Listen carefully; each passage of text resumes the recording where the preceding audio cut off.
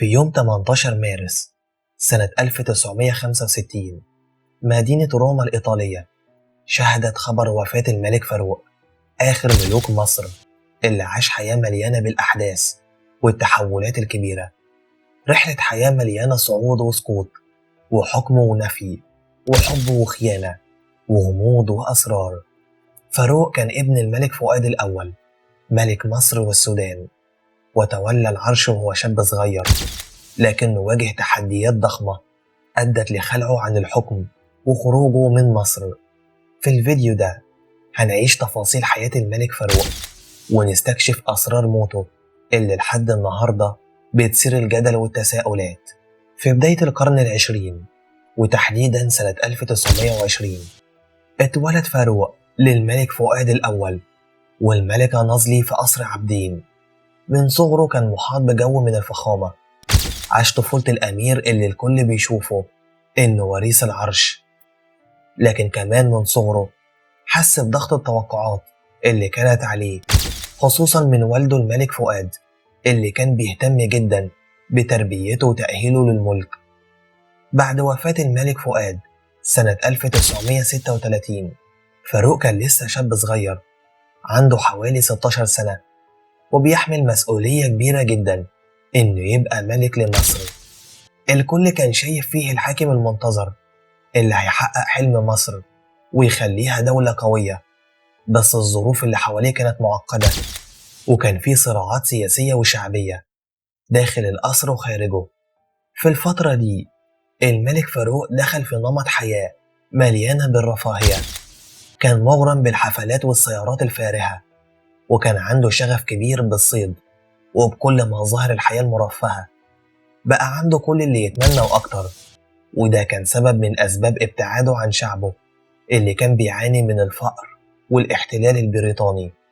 قصص كتيرة اتقالت عن حياة فاروق في القصر، زي شغفه بجمع السيارات النادرة من مختلف الدول، ولحظات انغماسه في أكل الأطباق المفضلة ليه اللي كانت دايما غنية ومليانة بالدهون، لحد ما بقى يعاني من السمنة المفرطة اللي أثرت على صحته. بعد كده الناس بدأت تشوف فاروق على إنه ملك بيدور على ملذاته الشخصية أكتر من مصلحة شعبه، والضغوط زادت عليه من كل الجهات. حياة فاروق العاطفية كانت مليانة بالقصص اللي ما كانتش بعيدة عن الفضايح، وكانت مصدر اهتمام الشارع المصري والصحافة الدولية.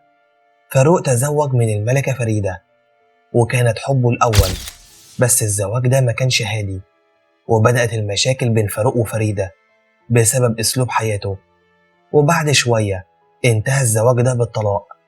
بعدين تزوج من الملكة نريمان، لكن الزواج التاني كمان ما كانش خالي من المشاكل.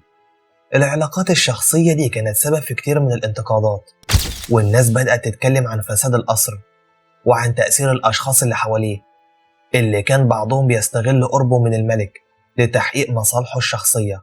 في الوقت اللي كان فيه فاروق بيعيش حياته المرفهة، كانت الأوضاع السياسية في مصر بتزداد توتر.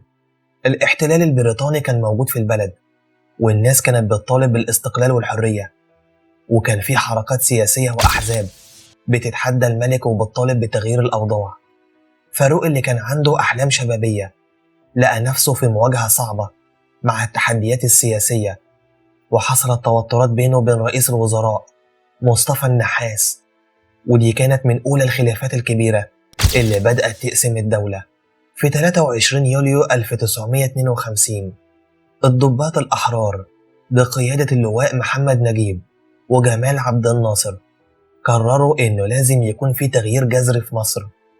الثورة كانت مفاجأة، وفاروق ما كانش متوقع إنها تحصل بالشكل ده. في يوم وليلة لقى نفسه مطالب بالتنازل عن العرش، وكانت لحظة صعبة عليه جدا، خاصة إنه بقى مضطر إنه يغادر مصر. الخروج من قصر عابدين كان زي خروج الملك من عالمه اللي اتعود عليه، من حياة السلطة والقوة للمنفى والوحدة.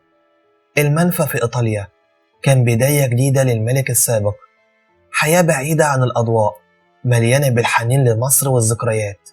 فاروق استقر في إيطاليا وكان عايش في شقة بسيطة بالمقارنة مع قصر عابدين. فترة المنفى كانت قاسية عليه جدا، لبعده عن مصر وبعده عن السلطة، والناس حواليه بتتعامل معاه كملك سابق بدون أي نفوذ أو تأثير. في المرحلة دي فاروق بدأ يعاني من مشاكل صحية، وكان بيشعر بالوحدة الشديدة. الشارع الإيطالي كان دايما بيتعامل معاه بفضول، لكن بعيدا عن الاحترام اللي اتعود عليه في مصر. في 18 مارس 1965 الملك فاروق كان موجود في مطعم إيطالي بيتناول العشاء مع بعض أصدقائه. فجأة بعد الوجبة حس بتعب شديد جدا وفقد وعيه بشكل مفاجئ. الدكاترة حاولوا ينقذوه، لكن محاولتهم فشلت وفاروق اتوفى في اللحظة دي. وفاة فاروق كانت صدمة للجميع، وبدأت الناس تتكلم عن تفاصيل غامضة حوالين اللحظة دي بالذات. البعض بيقول إنه كان في مؤامرة للتخلص منه، بينما آخرين بيقولوا إنها كانت وفاة طبيعية بسبب حالته الصحية السيئة. رحيل الملك فاروق كان نهاية لحقبة مليانة بالأحداث والتناقضات، وترك مصر متغيرة للأبد.